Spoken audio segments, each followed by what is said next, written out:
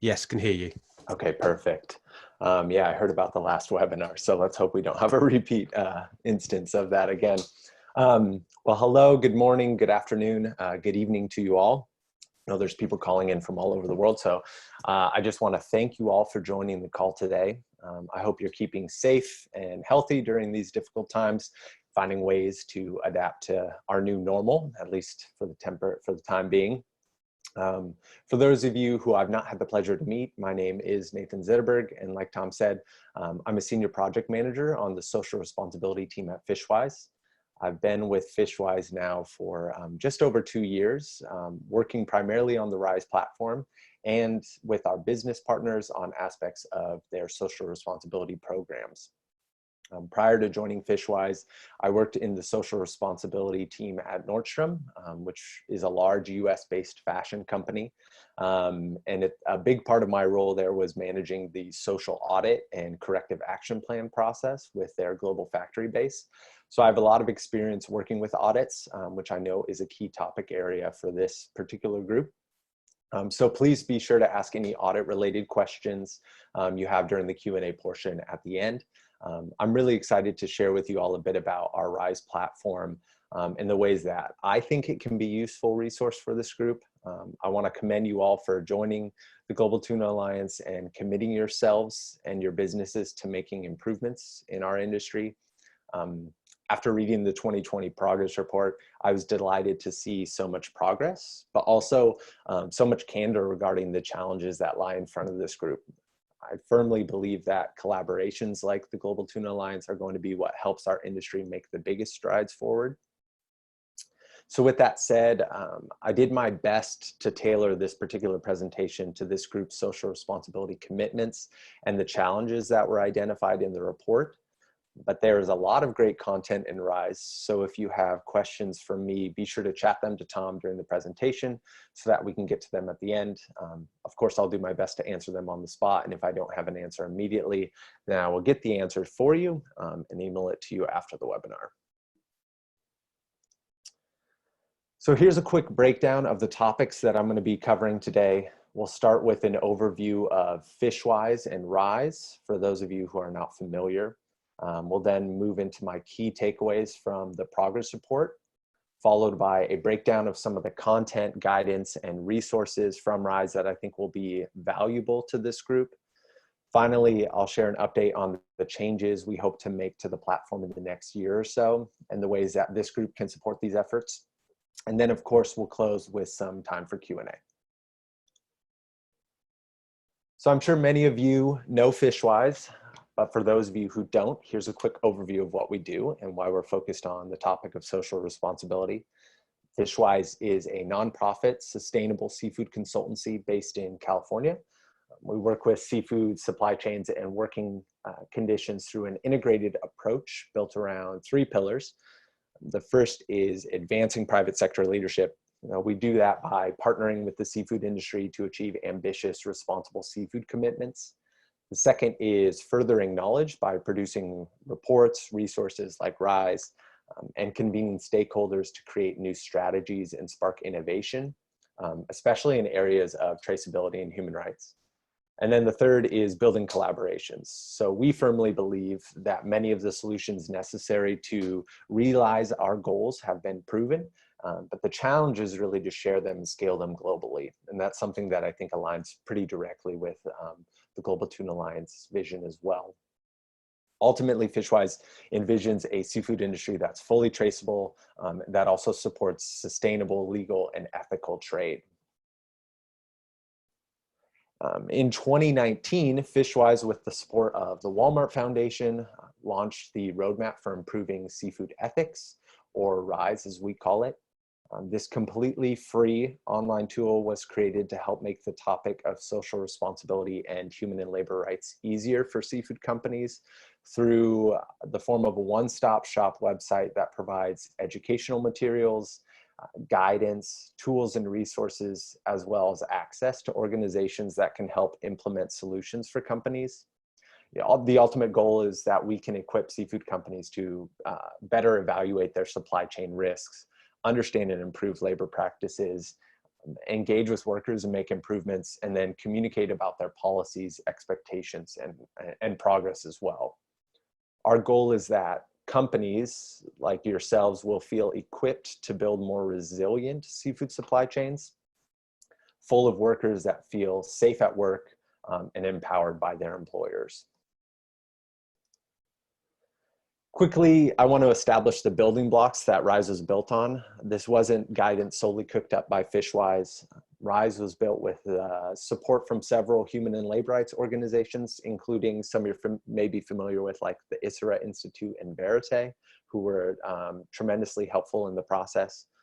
It was also developed to align specifically with important and strategic international frameworks, such as emerging trade and enforcement acts and laws, the Ruggie principles, which are make public commitment to respect human rights, identify, prevent, mitigate, and account for damage or damage caused to human rights, and dispose of procedures for remedying the negative consequences of human rights they cause to contribute to causing.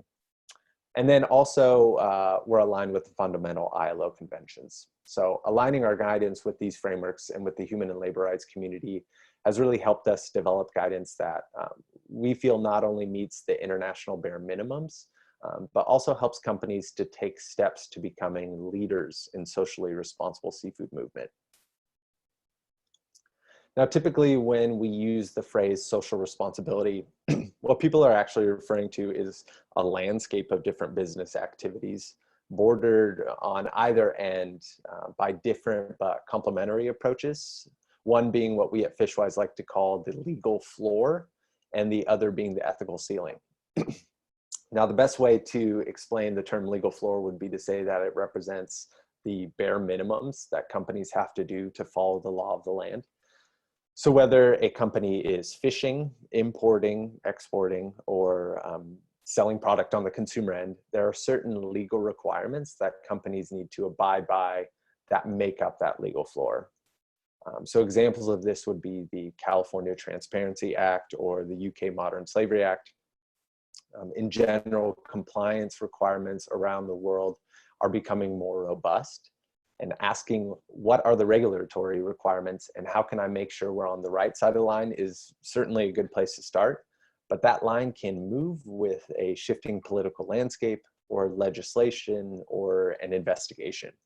So focusing solely on the legal floor doesn't actually prevent on-the-ground exploitation of workers or investigations into your supply chains or the loss of buyer or consumer trust. And as was shown in my last slide, the legal floor and corporate expectations and requirements have been steadily on the rise for the last 10 years. And we believe that that's going to continue. So although there is a legal floor, there's still risk for companies.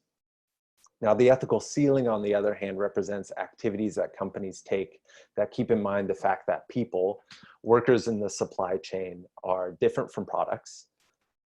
A social responsibility program that targets the ethical ceiling has to move beyond compliance and adopt an approach focused on what we call in RISE as ethical supply chain management. Now, we've seen in other industries that approaches focused solely on compliance and avoiding bad actors tend to drive problems underground, but systems that focus on participation and incentivizing good actors create long-term sustainable improvements for companies and ultimately more resilient and reliable supply chains. I'm sure that the goal for many of you listening in today is that you want to ensure operations are having a net positive impact on the social, economic, and cultural dimensions of fisheries within your supply chains and the people and communities connected to them. But there's obviously a pretty big gap between the activities required to meet the legal floor and the ethical ceiling. So this is why we created the RISE platform. We wanted to build a tool that helped fill this gap for companies and equip them to step out and make improvements. Now, the beauty of RISE is that it allows you, each as an individual company, to act on guidance that meets your immediate needs, no matter where you are in your journey. So while also providing clear instruction on what to do next. Each company listening in plays a unique role in the seafood supply chain, the tuna supply chain specifically. RISE makes progress more doable, manageable, and more attainable no matter what that specific role is. Now, before I get into the specific areas of guidance within RISE that I think will be valuable for this group, I wanted to touch on some of my key takeaways from the 2020 progress report. So the report outlines that 61% of the respondents believe their tuna supply chains are slave-free, but only 17% have third-party certification to demonstrate this. And in one of the qualitative responses, a signatory said, "It is very difficult for any business to provide an assurance that any supply chain is 100% slave-free." So that we are working on, with our suppliers, NGOs, and other stakeholders to undertake due diligence, and we'll be continuing to develop this work with other retailers, brands, and suppliers where possible. And honestly, from a RISE/Fishwise standpoint, that's a really good take on the issue. It's always going to be difficult to say that your supply chains are slave-free, but there's certainly measures and activities that should be taken and put in place to support your program. Another key takeaway is that the further the business or operations was from the water, the more uncertainty that they have in any sort of claims, which I think will make sense to most of us. I was encouraged to see that there is a lot of interest and excitement in social responsibility developments, but unsurprisingly, the at-sea aspect of monitoring tuna supply chains is still challenging. It's one of the things that makes social responsibility and human and labor rights work in the seafood industry so challenging, and the thing that keeps me going every day. There was also strong support within this group for vessel audits, which I'll discuss later on how RISE can support members with guidance on best practices for audits. And though 11 respondents feel that there was little to no obstacles, which is encouraging, there were some clear challenges still identified by the group. So primarily those being external stakeholder resistance, the SR, or social responsibility and human labor rights, can feel too complex, and also a lack of personnel. So the SR feeling too complex, or human and labor rights, is definitely one of the primary reasons we made RISE. We really wanted to equip companies to be able to respond and understand where their risks may be and what actions they may need to take. Finally, the report identified 3 clear areas of commonality and planned activities for the group. So one being strategy development, another being third-party standards, and finally, capacity building with suppliers. So I use those 3 areas of activity to pull together the specific resources and areas of guidance within RISE that I think will be most useful to the group. So to put RISE in context, I want to quickly share with you how our guidance is actually broken out for specific groups within the website. So given the complexity of seafood supply chains and all the various segments, we thought a lot about how to structure guidance in a way that identifies commonalities across the supply chain. So our goal is that the guidance is as simple and targeted as possible. So throughout RISE, you'll see that we've separated it into 2 categories. One of the categories is buyers, and the other category is employers. So to give a tailored and applicable guidance to those different actors in the supply chain, we chose to separate into 2 groups. Now, in the context of the Global Tuna Alliance, buyers would be those of you on the call who are distributors, retailers, and food service companies. So those companies would fall under the buyers category. And then employers would be the companies that fall under fishery and processing. So moving forward throughout this presentation, that's really how I tried to divide some of the guidance to make it more applicable to those of you on the call who operate as different actors in the supply chain. So for those of you listening in who are either a distributor, retailer, or food service company, the guidance looks like this. Conduct a risk assessment of suppliers using publicly available resources such as the TIP report or the Global Slavery Index to determine potential high-risk suppliers. So one thing that I like to do when I'm working with companies is talk about the difference between real risk and nominal risk. So it's important that companies identify potential high-risk suppliers, but knowing that that high risk supplier is only nominally a high risk supplier. The real risk is only identified through further data collection. And I say that because a lot of these high level risk assessments are done using country level data. And although that's useful to identify priority areas, it's not going to give you the real risk of how is that company actually operating in the market and what are their practices. And so it's important, as we've seen in Thailand, a lot of companies making tremendous strides in their human and labor rights work. So the real risk for a lot of companies is much, much lower than the nominal risk or the country level risk. So that's kind of how we like to delineate the two. Now, for those high-risk suppliers or potentially high-risk suppliers, the next step is to collect data directly from them and conduct a detailed risk assessment. So that, again, is getting to the actual actions the company takes.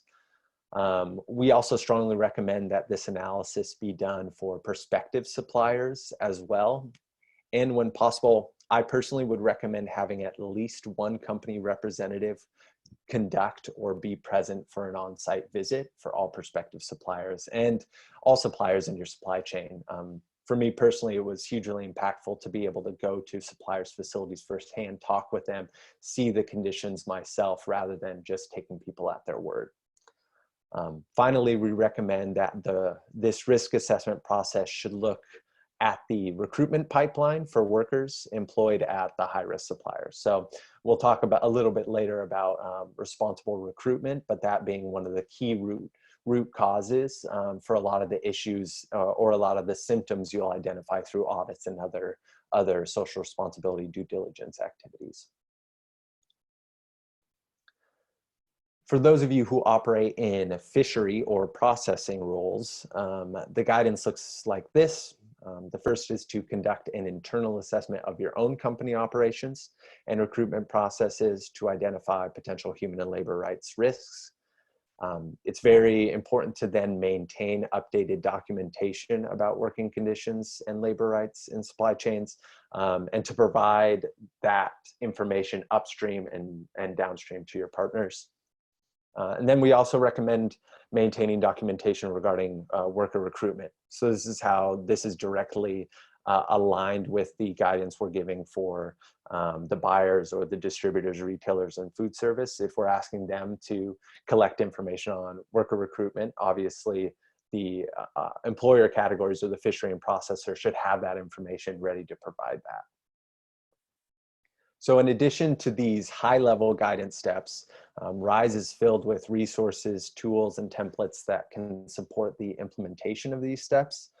So there are a lot of really great resources on social responsibility best practices, and we wanted to make them more accessible and provide context and guidance on when they are best used. So on this site, you'll find these resources nested just below each step. So on RISE, we'll give guidance, and then below that, there'll be resources, tools, and templates for companies to use to apply that guidance. So what you're seeing on the left side of this PowerPoint, of this slide, are examples of the organizations and resources that we include for this assessing risk section. So it's not an exhaustive list, but it highlights some of the export organizations in the field like Verite, the ILO, and SEDEX. Now, this was just one example of a RISE guidance page, but there are 11 areas of guidance like this on RISE, ranging from issues like implementing product traceability to responsible recruitment and communicating about progress. So each page has guidance and resources that are specific to that topic, so that companies can know what tools and resources are available to them to ensure that their program is built on best practices. Now, since one of the goals outlined in the progress report was to increase the adoption of social audits and vessel audit standards, I wanted to take this opportunity to share some of the specific guidance we have regarding audits on the platform. As someone who has reviewed hundreds of factory audits, I'd like to start with a couple myths and truths about audits that I think will be valuable to this group. The first is that the idea that social audits are a sort of silver bullet that indicate that a company has done its due diligence, kind of a checklist approach. The reality is that audits are one part I'd personally argue that they're a very important part, but only one part of a strong due diligence program. In addition to audits, a strong program should include mechanisms like worker voice and responsible recruitment. The second myth is that social auditors are always able to provide companies with insight into workers' experiences. The reality is often much more complicated, as you can imagine. Workers often feel fear of reprisals. They don't know, therefore don't trust the auditor, and won't feel comfortable sharing those experiences with strangers. So for companies to get this sort of valuable insight directly from workers, the workers need to have access to safe, voluntary channels for communicating about their experiences. In addition to this guidance, companies should ensure that audits take into account the following considerations. Typically, there is a natural variability in standards and also the quality of auditors. One auditor could do a really thorough audit one day and a less thorough audit the other day because of how they're feeling. That's something that I've seen firsthand. Results may not always capture the whole picture. Since audits are just a snapshot in time, sometimes issues are intentionally hidden. Again, this is something that I've seen and experienced firsthand on multiple occasions when visiting facilities. Workers may have been forced to sign non-disclosures as part of their contracts, also something that would be hidden. Capturing the company culture can be challenging in a one-day or half-day visit. And there also remains the challenge of accessing workers and vessels while at sea. So for those of you who are already implementing audits, or for those who are looking into audits, here are some practices that I think can help ensure that audits successfully capture workplace conditions, or best practices that should be implemented. So audits should always evaluate basic human and labor rights conditions and workplace safety conditions. Should try to ensure worker representation and participation in the process. That's going to be one of the most important things to get a true snapshot of what the worker experiences in the factory or on the vessel.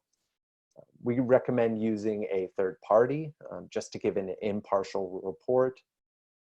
Be consistent and regular in the frequency of audits. Though the downfall of this tends to lead to audit fatigue, which is something that a lot of other industries have experienced, and my hope is that the seafood industry can learn from.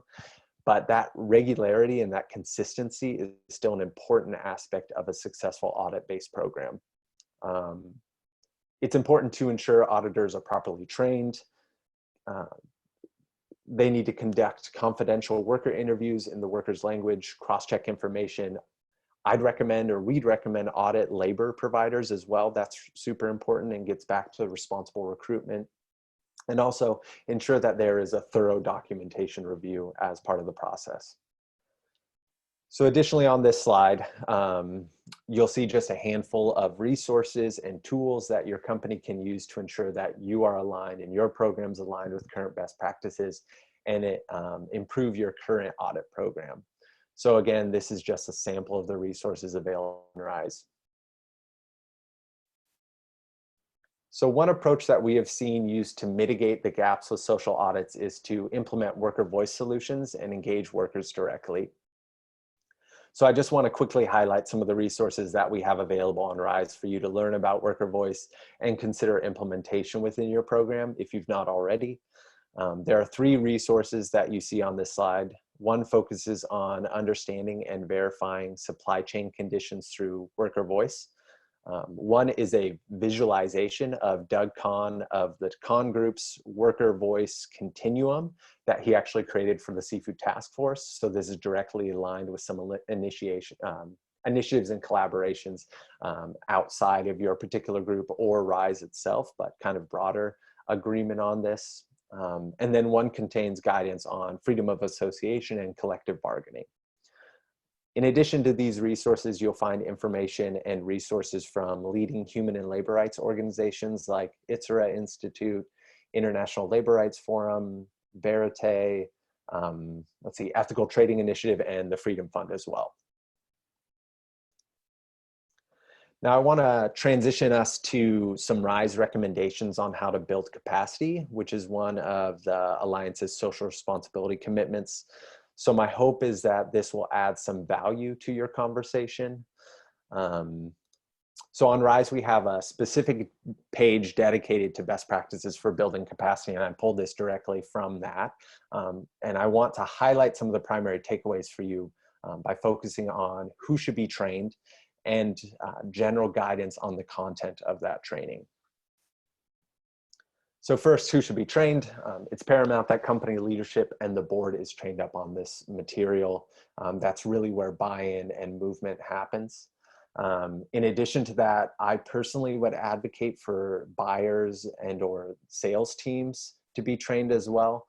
That way there's no dissonance within the company's standards or requirements and how the company actually behaves in the market. Additionally, training should be given to employees, vendors or agents, suppliers at various tiers of the supply chain, labor brokers, recruiters, and employment agencies, if and when applicable, and worker representatives and trade unions. Here's also a very high level and quick breakdown of the minimum content that should be covered. Yeah, so the document on the left will break down a lot more of the content based on the specific audience, but here's just kind of the high level minimum content. The first is the standards included in your code of conduct. Or if you don't have a code of conduct, we have a whole section on how to write a best-in-class code of conduct. An overview of your social compliance system, showing all of its components and how they fit together. Your expectations for each component of the system. So who is responsible for which components and how you hold them accountable. What to expect from an audit and how audit data are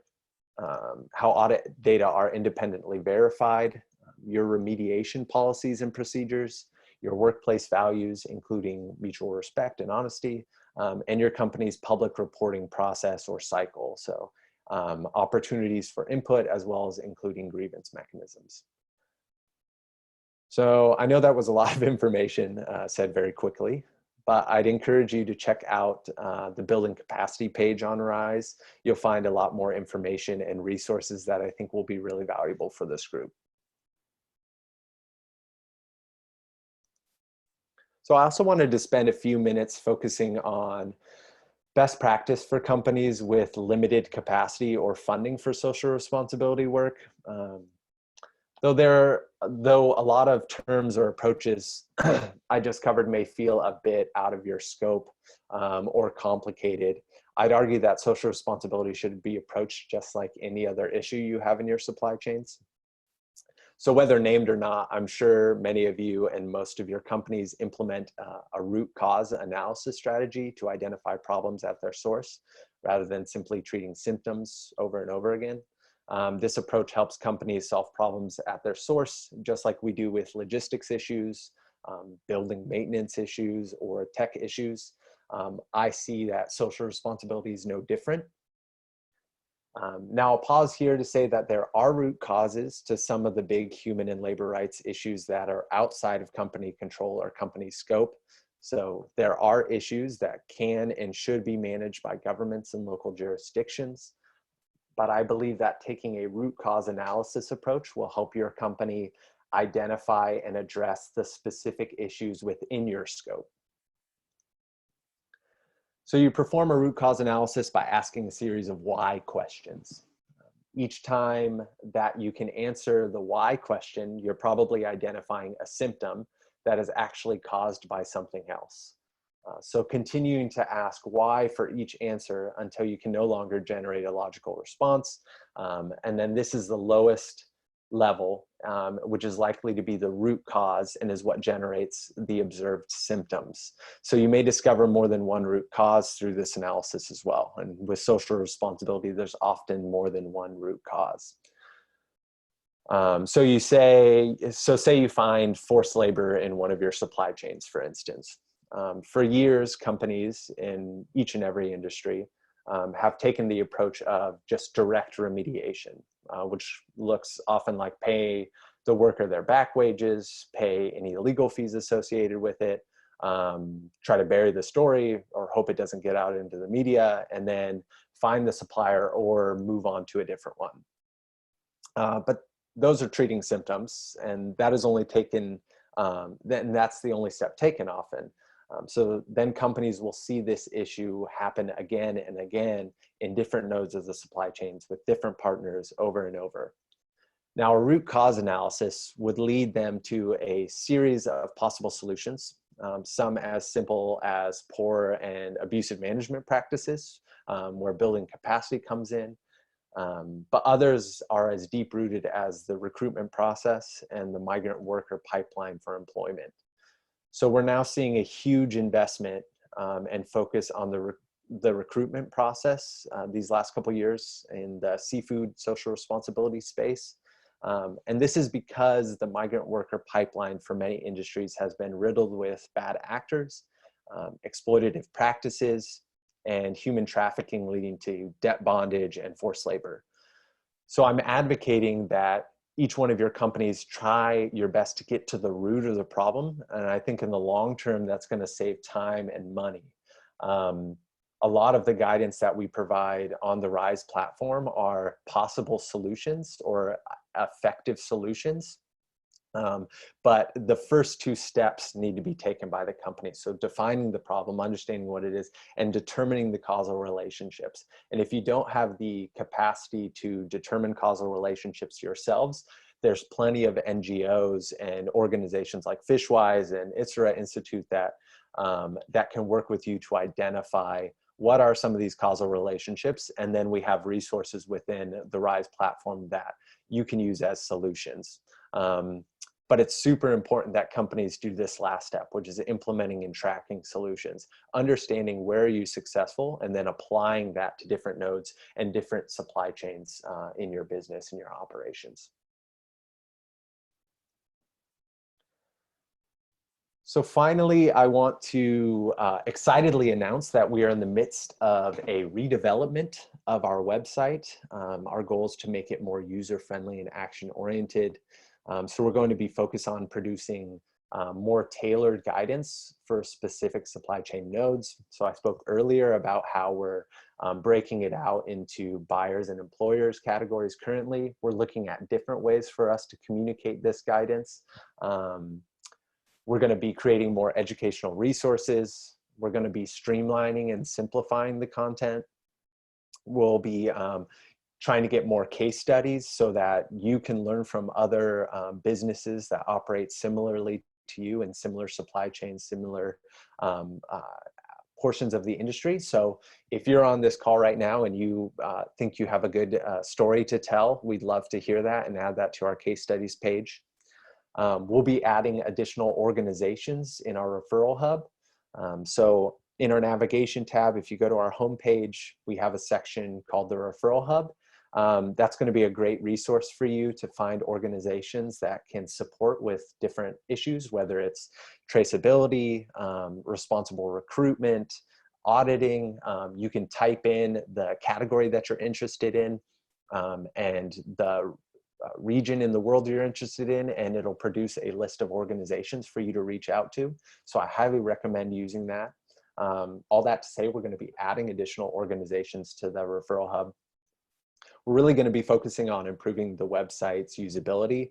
And then we're also looking at potentially adding something kind of like a self-assessment tool so that you'll be able to get online and be able to answer a few questions and maybe identify where are some gaps or where are some specific pages that you should go to. We'd also really love your feedback. So if you're interested in completing a quick 10 to 15 minute survey for us, we'd be eternally grateful. The goal of this survey is to better understand the opportunities, constraints faced by seafood companies as they work to assess and address human and labor rights violations in supply chains. And we'll use these findings to help us develop that more tailored guidance and readily implementable tools that address those concerns and identify future opportunities to support social responsibility. So if you're interested you can feel free to email me after this call and I can send you the link, or I can send it to Tom and he can share it out to this specific group afterward. So please let me know if you're interested. Like I said, we'd be really grateful for as many responses as possible. So just to recap, I just want to go over, really quickly what RISE is. So it's a great place for you to learn about potential social issues in your supply chain, understand them better. You're going to be able to find action steps to build responsible seafood supply chains. There's going to be links to tools, templates, and resources to implement due diligence practices. Now, although we have some specific resources that we at Fishwise made with support of some of the human and labor rights organizations, there's also countless numbers of resources from other organizations that are really leading the work here. And we wanted to use our platform to elevate those resources and then ultimately make it easier for companies to find them and know which resources from which organizations apply to which activity area I'm wanting to work on, whether that's audits or responsible recruitment. So you can really find best practices quickly. And then the last thing is we really want to take a worker-centered approach and perspective on key topics. So of course, this is a very quick run through of our platform. I hope that you learned how RISE is uniquely equipped to support your business in becoming more resilient over time. Fishwise is happy to support individual companies in their journey. So if you're not sure where to start or you want to discuss your options, let us know. We're here to help. My email address is listed here. Also, the RISE team's email address is listed here. So if you have any specific questions or want to take part in our survey, please feel free to send those our way and we'll get to you as soon as possible. So with that, Tom, I think I left us almost 20 minutes for Q&A. So I'll turn it over to you to let me know what questions there are. Great. Well, thank you very much, Nathan. That was a really excellent presentation. Lots of information there, and I think really useful to tie into the Tuna Traceability Declaration. Yes, so please feel free to either use the group chat function or just go ahead and throw a question out. As Nathan said, we've got plenty of time if you do have any questions. Alternatively, if you would prefer to send me an email, and I can forward them on to Nathan, happy to do that as well. So very happy to open it up for any questions.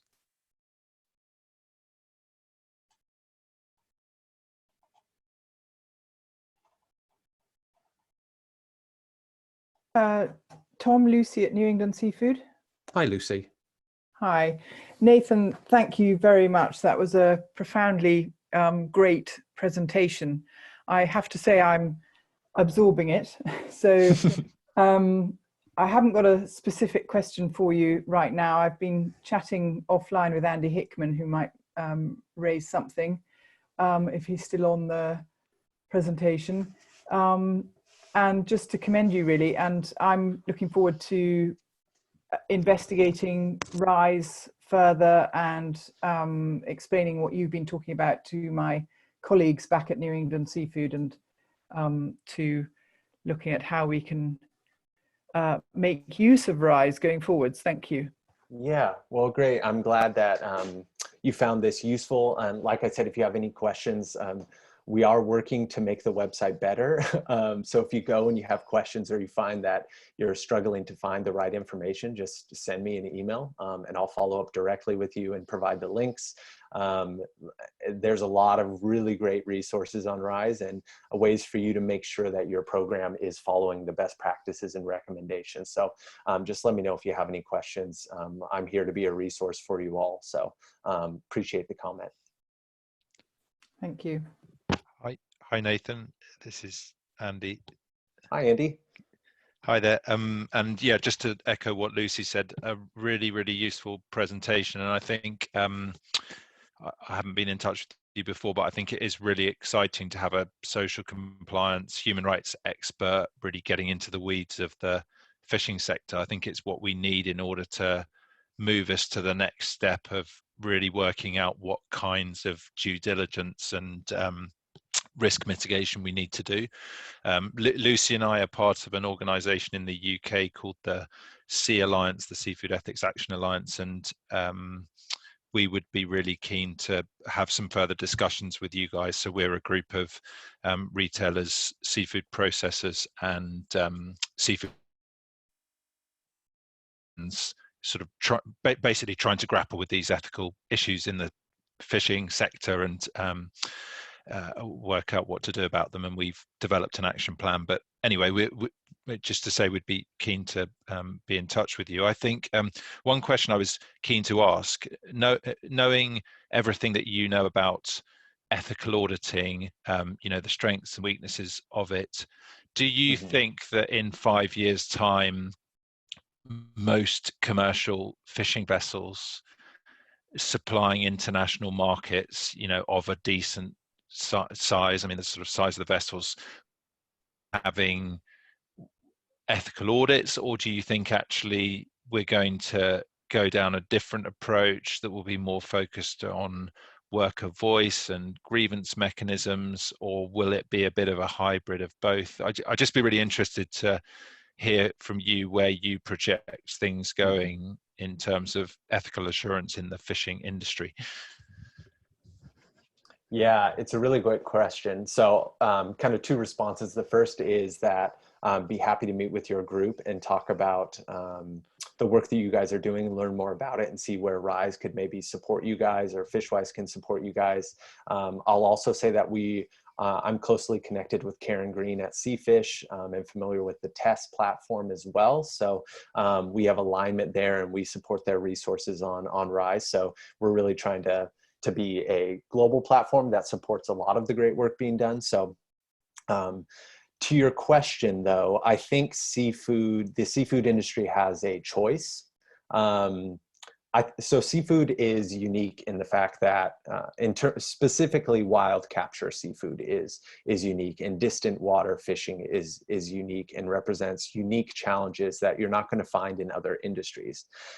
Now, that being said, I think seafood has a choice to learn from other industries on what best practices are. So coming from the garment manufacturing world, which I would say has been focused on social issues since at least the 90s, or really, really focused on social issues since the 90s. You could go back to Kathy Lee Gifford and Nike, issues with companies like them, and that really focused on that issue. And they really started the social audit system. And since then, they've learned a lot. Now, there's a lot of companies that still apply social audits. And like I said, I would advocate for them as an integral part of a due diligence plan. And I think a lot of that for me comes down to the fact that there's a lot of nuances and workplace health and safety issues that you will find and identify in an audit that the workers aren't going to know or be trained on, particularly when you're working with migrant workers or people who don't speak the language. So when I received a lot of audit reports, the vast majority of the findings were about workplace health and safety issues, like certain things in the aisle or leaky pipes and different things like that represented potential harm to workers. So I didn't get a lot of information about what the workers' experience was. And for a company like ours that was really concerned with a lot of zero tolerance issues like forced labor, child labor, that sort of thing, I didn't ever feel like audits were going to be our best way forward to get that information. And I think we're developing, as a human and labor rights system, a lot of solutions for companies like worker voice. Now, there remains a challenge of at sea, but I think technology is increasing at such a rapid rate, and I could see that solutions being developed for workers at sea coming in the next couple of years. So 5 years from now, I certainly could see worker voice tools being much more applicable than they are now. So I think seafood has a choice. Does it want to go down just the audit path and not look at these other solutions, or does it want to do just the other solutions? I would advocate for a hybrid because I think workplace health and safety and those sorts of audits are going to be really powerful and useful for companies, but they really just need to be one part of the overall program. And I think accessing the technology, and as well looking at labor unions and trade unions and looking at different ways for workers to represent themselves is going to be the strongest way forward. So all that to say, I think a hybrid is what I'd like to see, really leaning more towards worker voice responsible recruitment, and using audits to really hold those up. That's great. Thank you, Nathan. Thanks. Yeah. Thank you. Helena, did you raise your hand then? Hi. Well, I'm kind of thinking my question. I'll just ask it. Hi. I'm Helena. I work for Tesco too. Hi, Helena. Thank you for the presentation. It was great. My question where I was doubting is to ask you if you have any examples of best practice have you seen out there, either a full supply chain or a few levels of the supply chain where they have actually managed to get down to vessel level with really good with a really good system in place that actually answers all the questions that you want to see? Yeah, it's a great question. I think from my experience, there's a lot of companies that are operating and making concerted efforts to answer all of these questions. I think it's a moving target. I don't want to call out anyone specifically right now. That we have the case studies page on the RISE platform where you can learn about different programs, and that's specifically focused on different approaches. But I think, I mean, there's some really great companies. Thai Union's obviously one. There's some, I know Tesco has a lot of steps within your approach that I think are best practices. So I can't think of one particular one off the top of my head that I want to hold up for this group right now. But I'll think about this, and maybe I'll send you an email afterward if I can think of one particular one that I think could be useful for you. And I'd also advocate for all of you on the phone to look at other industries as well. Like, yes, I come from another industry, but I've been in seafood now for almost 2.5 years. So I consider this really my industry, but there's a lot of lessons to be learned from other industries, the mining industry, palm oil, garment manufacturing. You know, there's a lot out there. So companies like Tesco, where you have all sorts of different products, really turning your eye to some of those other industries could be really profoundly helpful in identifying possible solutions for seafood. Thanks very much. We've got a question from Tobias. How does RISE handle the challenge of both being simple for those new to working on these issues whilst being sufficiently rigorous for more advanced companies? Yeah, it's a good question. So I think the approach that we're trying to take is in the guidance on the RISE platform is trying to stick with high level guidance so that companies that aren't experts on social responsibility can understand what are 3 or 4 key takeaways, but then directly linking them to resources, tools, and templates that are deep dives. So that companies can identify, okay, here's the 4 steps that I need to do with my audit program, or these are the 5 steps, real high level. It can get them thinking about it and understanding, okay, what are some of the best practices? What are some of the issues? What are some of the solutions that are out there that I could start applying?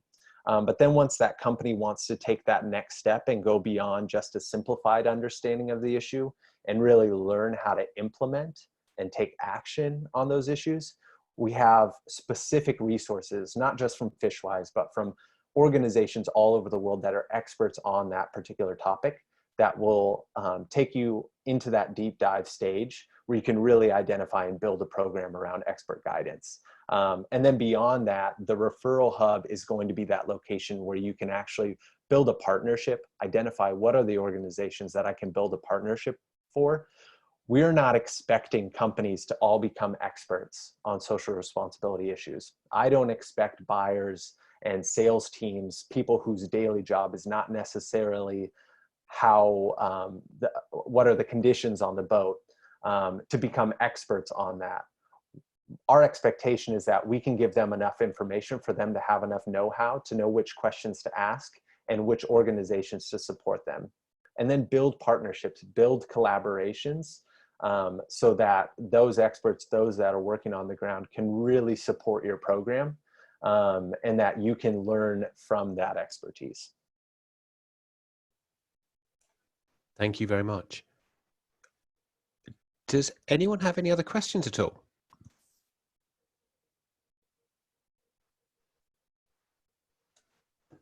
Tom, Lucy again. Hi, Lucy. Again, trying to formulate the question in my head, so I'll just ask it. How important is general interest from the market towards supply chains to influencing those supply chains to pick up and act on human rights, due diligence, improvement and best practice? I'm thinking in seafood, where you might have, there's a huge diversity of supply chains, as you know, and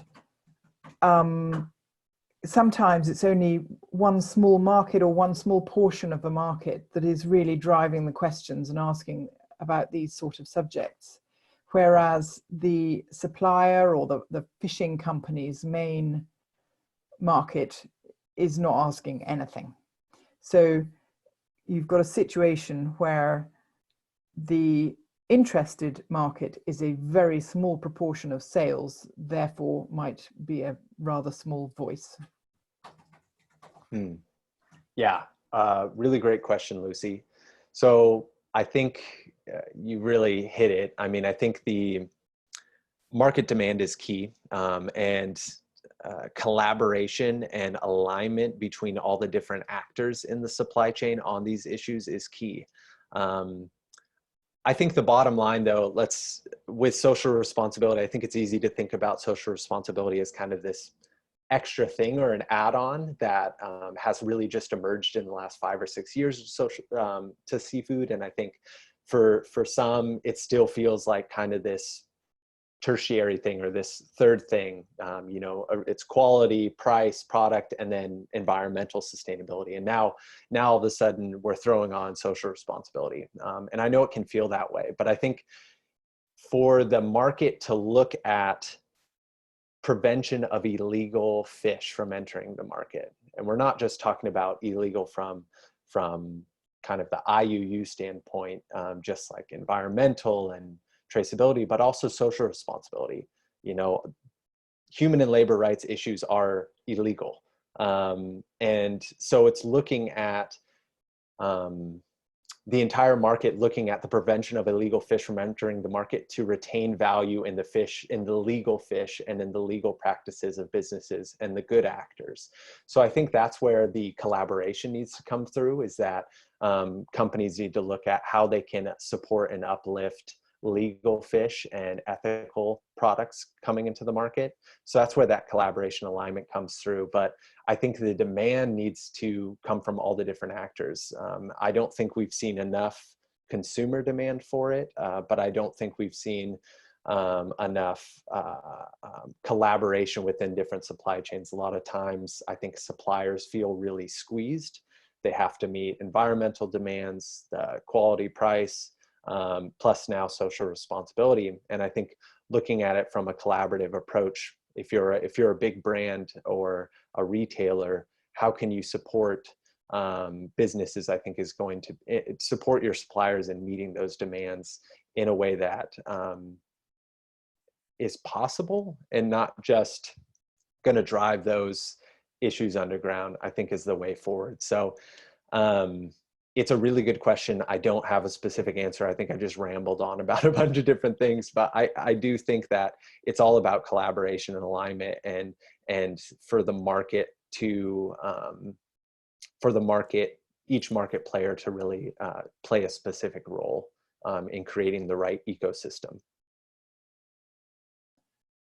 Great, thank you. That is helpful.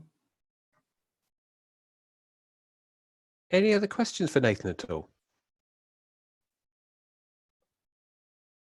If anything does come to you, feel free to email me, and I'm happy to pass the question on to Nathan and get back to you on that. that does happen in several of our webinars. A question comes to them later. So with that, I think there's no other questions. I would absolutely like to say a huge thank you to Nathan for such an excellent webinar. I really enjoyed it, and it certainly sounds from the participants that you felt the same way. Thank you for joining our webinar. If you have any feedback on the webinars, please let us know. Obviously, that's always gratefully received. And the next webinar takes place on the 7th of May, and it's going to be on the new onboard social accountability standard, which it's very new. I only saw a press release about this the other week. So that should be quite interesting if you are interested in social audits and social accountability. I will be sending I haven't sent the webinar invitation out yet. I'm just trying to finalize a few details, but that will be going out shortly. But that's 7th of May, 4 p.m. UK time. So that just leads me to say a big thank you again to Nathan for presenting. The recording has been recorded. It will be uploaded to the GTA website along with the slides, and I will hopefully see you on the next webinar. Thank you very much, everyone. Awesome. Thanks, Tom. Thanks, everyone. Thanks, Tom.